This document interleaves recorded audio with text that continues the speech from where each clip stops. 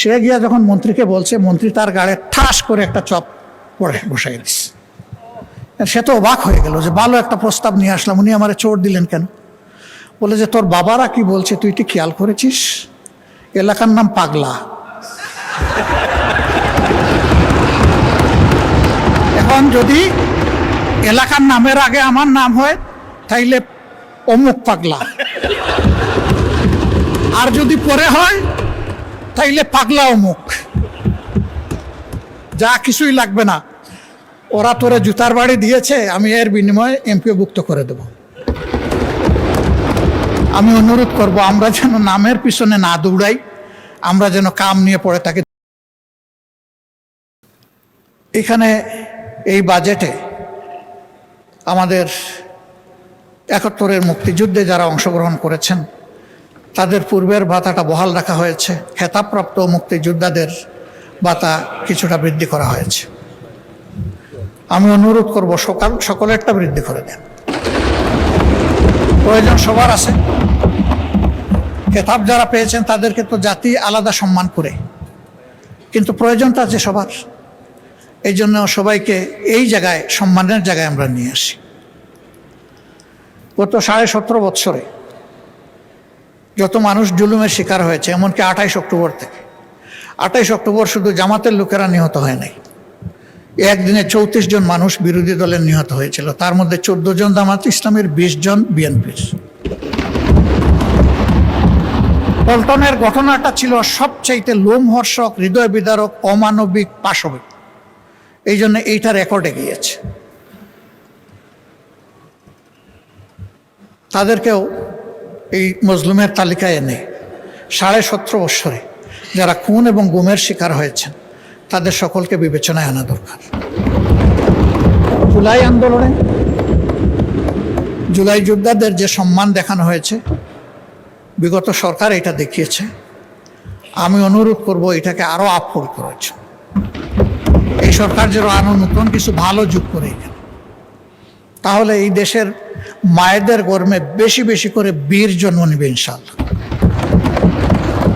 যখন বীর মাতারা দেখবেন তাদের সন্তানদেরকে সম্মান করা হচ্ছে, তখন এই দেশ বীরের দেশে পরিণত হবে।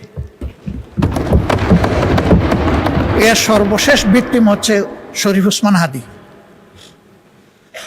আল্লাহর দরবারে তারও শাহাদত কামনা করছে। এই সবগুলার শুধু সামাজিক মূল্যায়ন নয়, বিচারিক মূল্যায়ন হতে হবে। সব কালপিটদেরকে, সে যত বড় যত উঁচু মাপের হোক, তাদেরকে বিচারের আওতায় আনতে হবে। কিন্তু সরকারের এই 4 মাসে একটা গণতান্ত্রিক সরকার প্রতিষ্ঠিত হওয়ার পর বিচারের যে গতি এই সমস্ত ক্ষতিগ্রস্ত ব্যক্তি এবং পরিবার আশা করেছিল, সেটা আমরা দেখতে পাচ্ছি না। আমরা দৃশ্যমান অগ্রগতি দেখতে চাই এই বিচারে। এবং আমি বিশ্বাস করি আমাদের নেতৃবৃন্দ নিহত হয়েছেন বেশি, কিন্তু জনশক্তি, কর্মী তো নিহত হয়েছে বিএনপিরই বেশি। দল হিসাবে আপনাদের একটা দায়িত্ব আছে নিজ সহকর্মীদের উপর ইনসাফ করার। সরকার হিসাবে দায়িত্ব আছে সারা দেশবাসী মজলুমদের উপর ইনসাফ করার।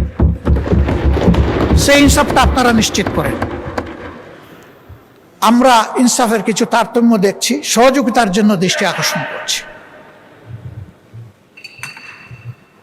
প্রথম দিকেই সরকারের পক্ষ থেকে কিছু অনুদান দেওয়া হয়েছে 2টা ঈদে। একেবারে শেষ মুহূর্তে সময়ের কিয়ামত সময় গিয়ে আমাদেরকে বলা হয়েছে আপনাদের জন্য আছে, এ কাজটা করবেন না।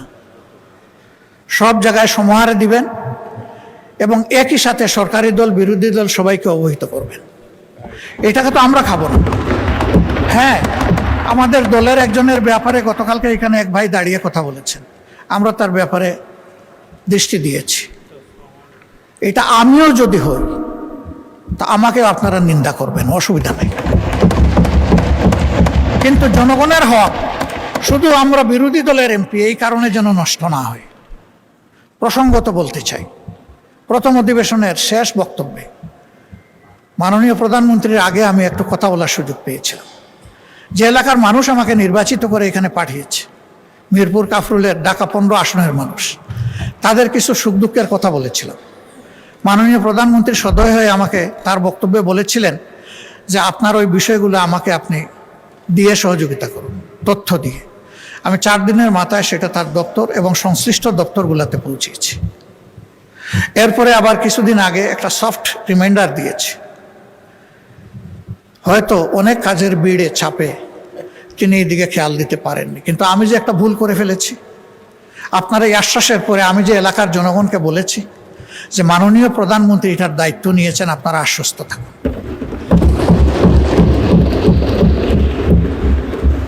আমি মাননীয় প্রধানমন্ত্রীকে বলেছিলাম অবস্থাটা পানির জন্য কারবালার মতো, 1 ফোঁটা পানি পান করার সুযোগ দিন। পানির জন্য এখন ডেইলি সেখানে মানুষ বিক্ষোভ করে। আবার কিছু অসাধু ব্যক্তি রাজনৈতিক যুগ সাজসে রাতের বেলা এরা পানির পাইপ কেটে বিভিন্ন জায়গায় তাদের পাওনাটা আদায় করে, অবৈধ পাওনা আদায় করে সেখানে পানির অবৈধ সংযোগও দিচ্ছে। মাননীয় প্রধানমন্ত্রী, এখন আর এই এলাকা আমার থাকে নাই, দায়িত্ব আপনি নিয়েছেন, এখন এই এলাকা আপনার। বদনাম সুনাম যা হবে আপনার হবে, আমি কিন্তু ভার মুক্ত। আমি বলে দিয়েছি যে উনি দায়িত্ব নিয়েছেন, এখন আপনি কি করবেন সেটা আপনার ব্যাপার।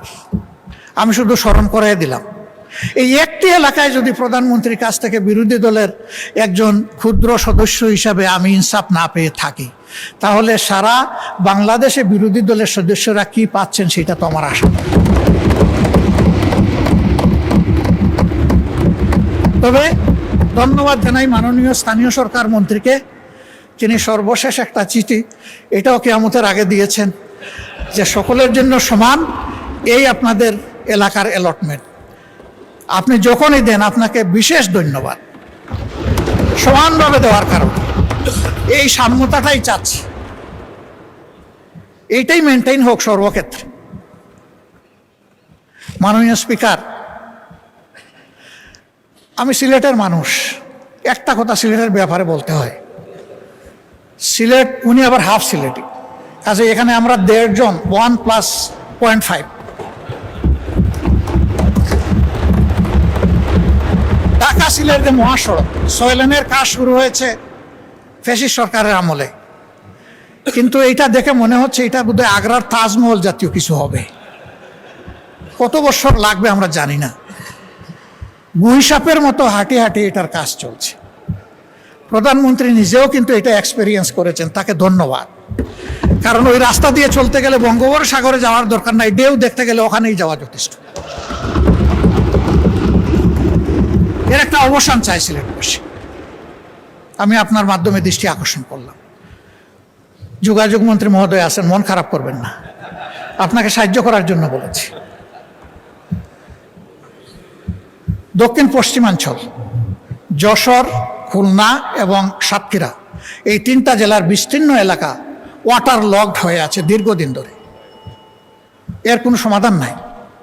ফলে কৃষক, কৃষি সব কিছু হুমকিতে পড়েছে, এমনকি শিল্পও হুমকিতে পড়েছে। আমি অনুরোধ করব অগ্রাধিকারের ভিত্তিতে এই বিষয়টার প্রতি নজর দিন। এবার মাননীয় স্পিকার, আপনি এখানে না থাকলেও আমি বলতাম, আপনি টাকার কারণে বলছি, আপনি মন খারাপ করবেন না, আপনি লজ্জা নেবেন না, আপনি ভাববেন না যে আমি আপনাকে খুশি করার জন্য বলছি। আমি আমার দায়বোধের জায়গা থেকে, দেশের ভালোবাসার জায়গা থেকে বলছি। ভোলা দেশের সর্বদক্ষিণের জেলা। এই জেলাটি অন্য কোনো জেলার সাথে স্থলভাগে সংযুক্ত নয়, এটাও একটা ওয়াটার লক জেলা, এটা বাংলাদেশের অংশ। তাদের অধিকার রয়েছে বাংলাদেশের অন্যান্য সকল জায়গার যোগাযোগ ব্যবস্থার যে সুবিধা তারা পেয়ে আসছেন, ভোলা এখন এটা পেতে চায়, এটা পাওয়া তাদের অধিকার।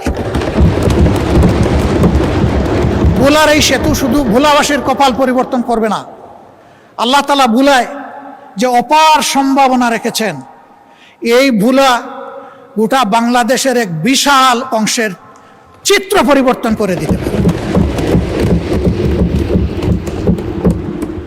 এই জন্য আমাদের নিয়ামতের খনি এই ভোলা যেন আর উপেক্ষিত না থাকে।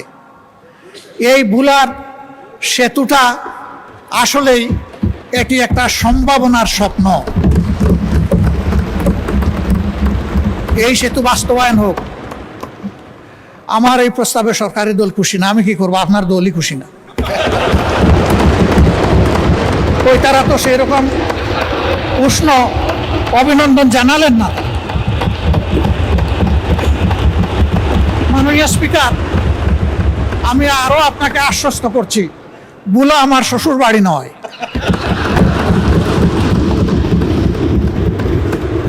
কিন্তু বুলা বাংলাদেশের অংশ।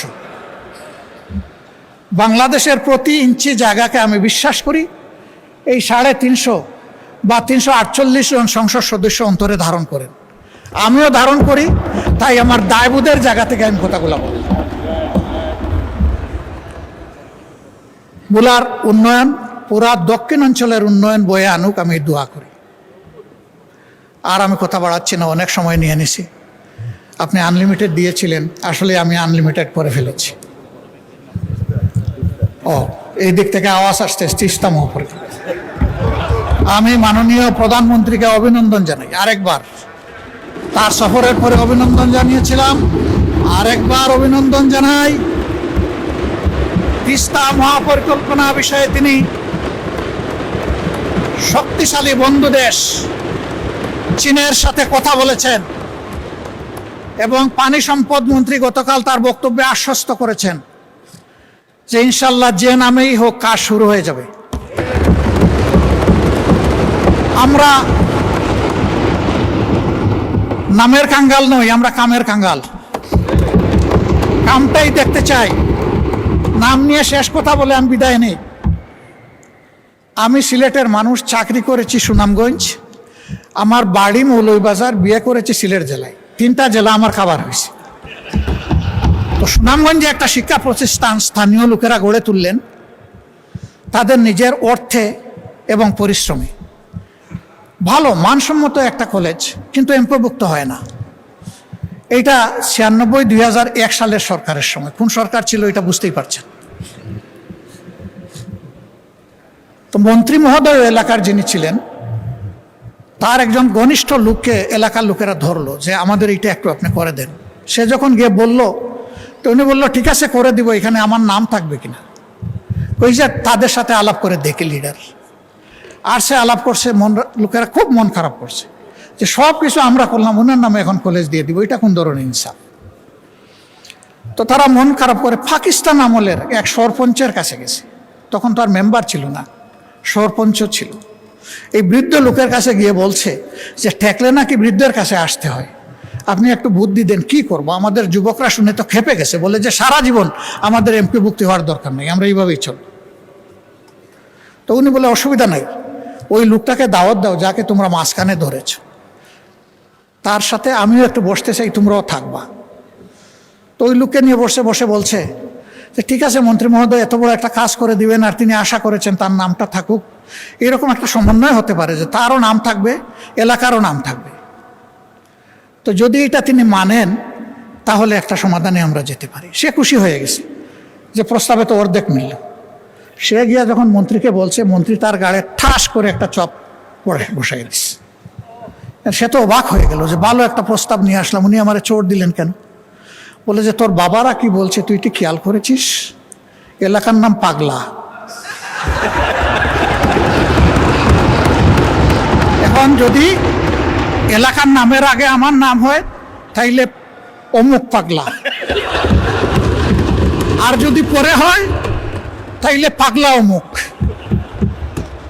যা কিছুই লাগবে না, ওরা তোরে জুতার বাড়ি দিয়েছে, আমি এর বিনিময়ে এমপিওভুক্ত করে দেব।